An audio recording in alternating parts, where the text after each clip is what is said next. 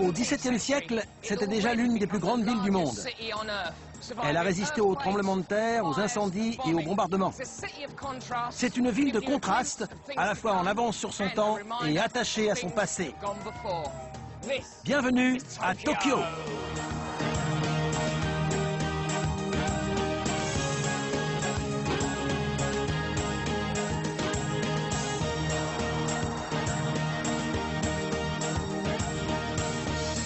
Tokyo est la capitale du Japon, un pays insulaire situé à l'est de la Russie et de la Corée. C'est une gigantesque ville portuaire de 8 millions d'habitants sur la côte est de l'île principale, Honshu. Le cœur de Tokyo, c'est le palais impérial, entouré par la ligne de chemin de fer Yamanote que j'emprunterai pour aller visiter le temple de Sensoji, le musée de la guerre, l'île high-tech d'Odaiba et les quartiers branchés de Shinjuku et Shibuya.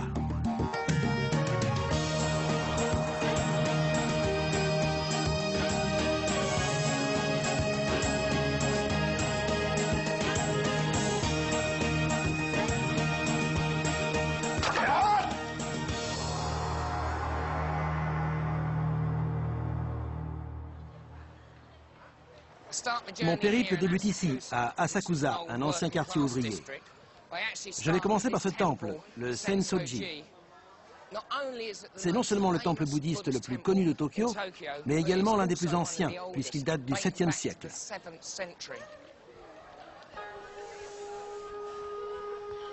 Trois philosophies sont au cœur du mode de vie japonais.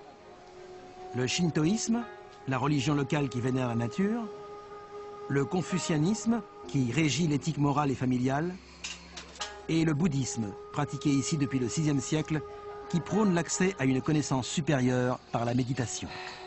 Ça, c'est de l'encens qui brûle. Et ce qu'il faut faire, c'est envoyer la fumée sur les parties du corps qui vous font souffrir. La tête.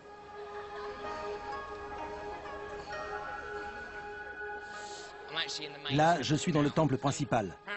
La légende dit que deux pêcheurs ont trouvé une effigie de Kannon, la déesse de la miséricorde, et que ce temple a été construit exclusivement pour accueillir cette effigie. Donc, je vais aller m'incliner devant elle en espérant que ça me portera chance.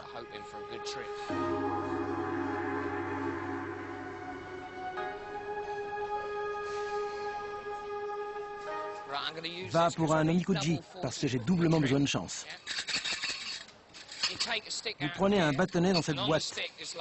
Dessus, il y a un symbole qu'il faut retrouver sur ce tiroir. Et à l'intérieur, il y a un papier qui vous prédit l'avenir.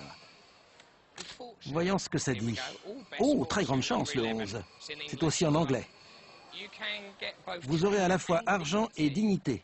Et vous serez connu des gens, même dans la capitale. Ça me plaît. Bonjour. Oui, c'est moi.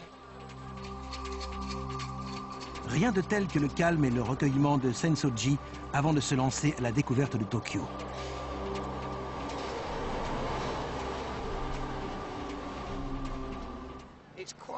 C'est simple. Je suis ici à Shibuya et je veux aller à la gare de Tokyo. Donc il faut que je prenne la ligne orange, la ligne Ginza, que je change pour prendre la rouge et là, j'y serai presque. Bon, allez, je me lance. Chaque jour, ce sont plus de 7,5 millions de personnes qui utilisent les nombreuses lignes de métro publiques et privées qui quadrillent Tokyo. C'est l'une des villes les mieux desservies du monde. On peut aller quasiment partout en métro, mais évitez les heures de pointe si vous ne voulez pas être écrasé comme une sardine en boîte.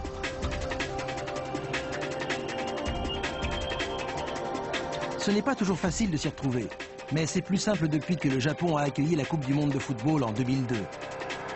Ils ont mis au point un système de chiffres et de symboles pour aider les pauvres étrangers à se repérer. Regardez ça, c'est génial. Il y a toutes les infos sur cet écran. Le nom de la station, de la ligne, ça vous dit même dans quelle rame vous êtes. Le problème, c'est qu'il n'y en a pas dans tous les trains, donc on est parfois un peu perdu. Les Tokyoïtes profitent de leur trajet en métro pour se détendre, dormir ou lire des mangas.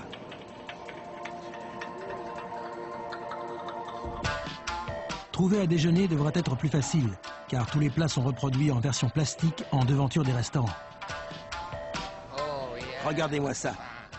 Toute cette fausse nourriture me donne faim. Bon, je vais aller dans un restaurant qui propose autre chose que du plastique.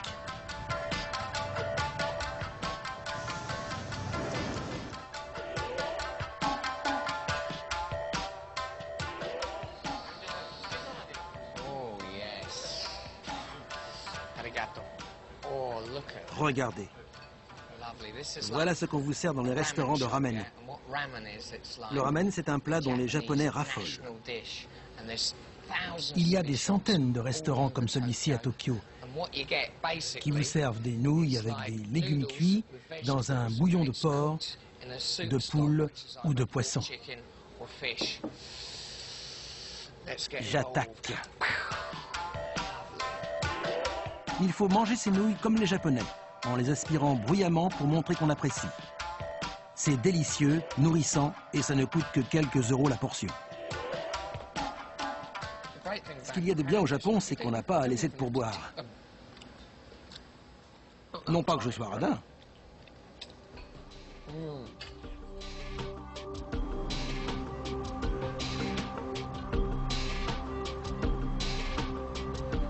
Rassasié, je quitte Asakusa en bateau le long de la rivière Sumida pour atteindre Odaiba, avant une virée dans un bar à saké de Shibuya.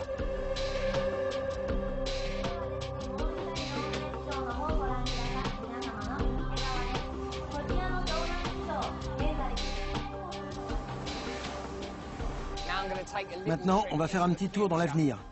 Je descends la rivière Sumida jusqu'à Odaiba, un quartier futuriste construit sur une île artificielle lorsque l'économie japonaise était en plein essor dans les années 80. Odaiba a été un formidable défi pour les architectes et les constructeurs les plus aventureux du monde. Les urbanistes ont laissé libre cours à leur imagination pour bâtir ce quartier qui semble tout droit sorti d'un film de science-fiction japonais.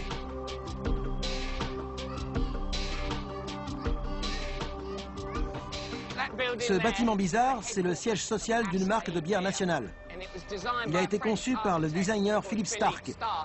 Et les gens d'ici ont surnommé cette curiosité architecturale l'étron. Je me demande bien pourquoi. Regardez, c'est génial. Voilà une carte visuelle de la planète. Il y a toutes les grandes villes. Vous appuyez sur un nom et ça zoome sur les rues. C'est comme un plan en 3D. C'est fabuleux. Ça, c'est la tour de Tokyo. Et on peut même faire défiler la carte avec les doigts. Et voilà la gare de Tokyo. L'une des meilleures façons de voir Tokyo, c'est de nuit, en hélicoptère. En route pour une visite depuis les airs.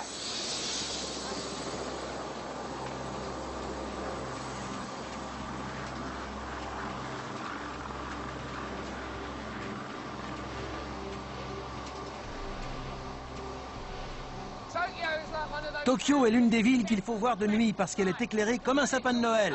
C'est fantastique. Un vol d'une demi-heure permet de voir les principaux sites et de prendre la mesure du gigantisme de la ville et de son agglomération, qui abrite plus de 26 millions de personnes.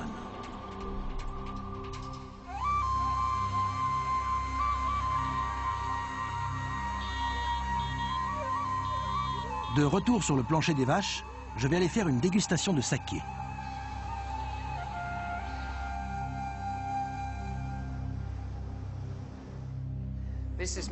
Voici M. Okawa qui m'accueille dans son bar à saké. Comme vous le voyez, il y en a différentes sortes. Ici, on dit que le saké est le ciment de la société japonaise. On en boit pour fêter les naissances, les mariages et même lors des funérailles, sans parler des autres occasions. Ça, c'est le saké préféré de l'empereur et des gens célèbres. C'est ce qu'il me faut. Super!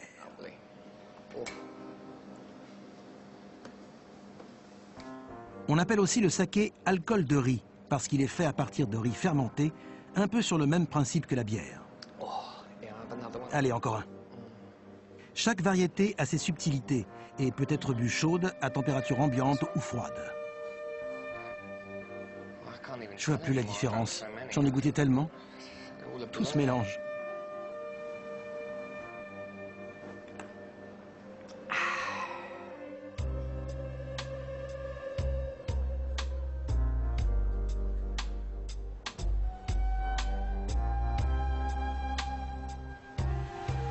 Le lendemain, j'ai une gueule de bois carabiné.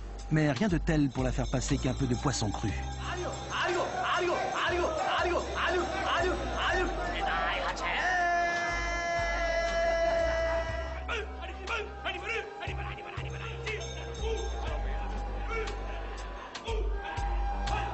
Ça rigole pas. On dirait une pièce de Shakespeare, mais c'est pas du théâtre. Il est 5 heures du matin et je suis dans le plus grand marché aux poissons du monde. Ce sont les enchères quotidiennes au thon rouge, ici au marché de Tsukiji. Certains peuvent peser plus de 200 kilos. Un tiers du poisson consommé chaque jour au Japon transite par ce marché, ce qui est énorme. Il y a plus de 400 espèces de poissons vendues ici chaque jour. Et voici mon préféré, le célèbre fugu. Sa chair peut être mortelle si elle n'est pas préparée correctement. C'est pour ça qu'il faut une autorisation pour l'acheter.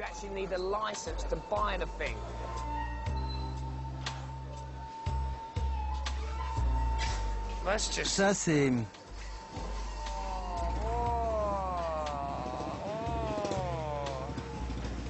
C'est plus fort que moi.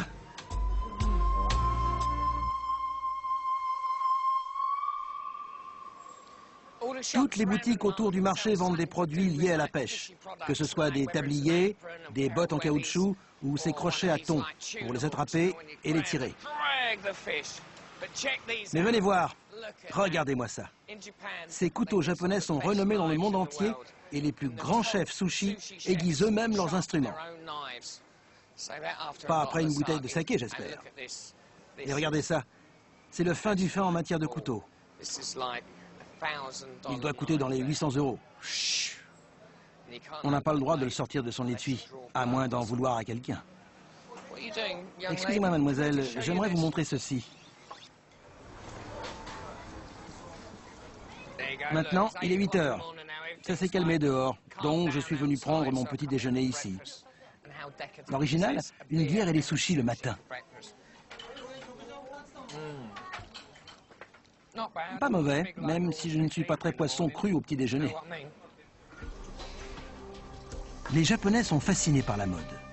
Beaucoup dépensent plus pour leurs vêtements que pour leur intérieur.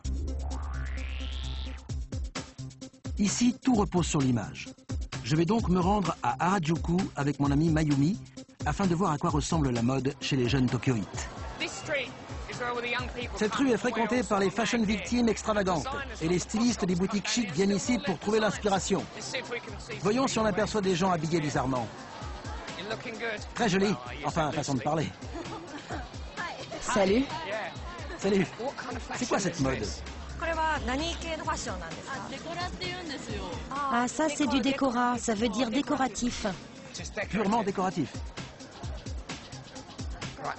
Dis-moi Mayumi, en matière de mode, où se situe le Japon? Au top ou dans les bas-fonds? Pas vraiment au top. Mais certains grands couturiers viennent au Japon pour observer les jeunes dans la rue et s'en inspirer pour leur collection.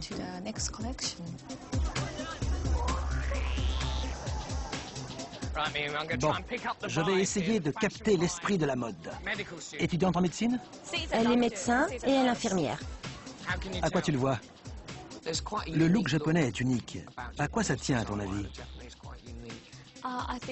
On est très loin de l'Europe, donc on se fabrique notre propre culture, ici, à Tokyo.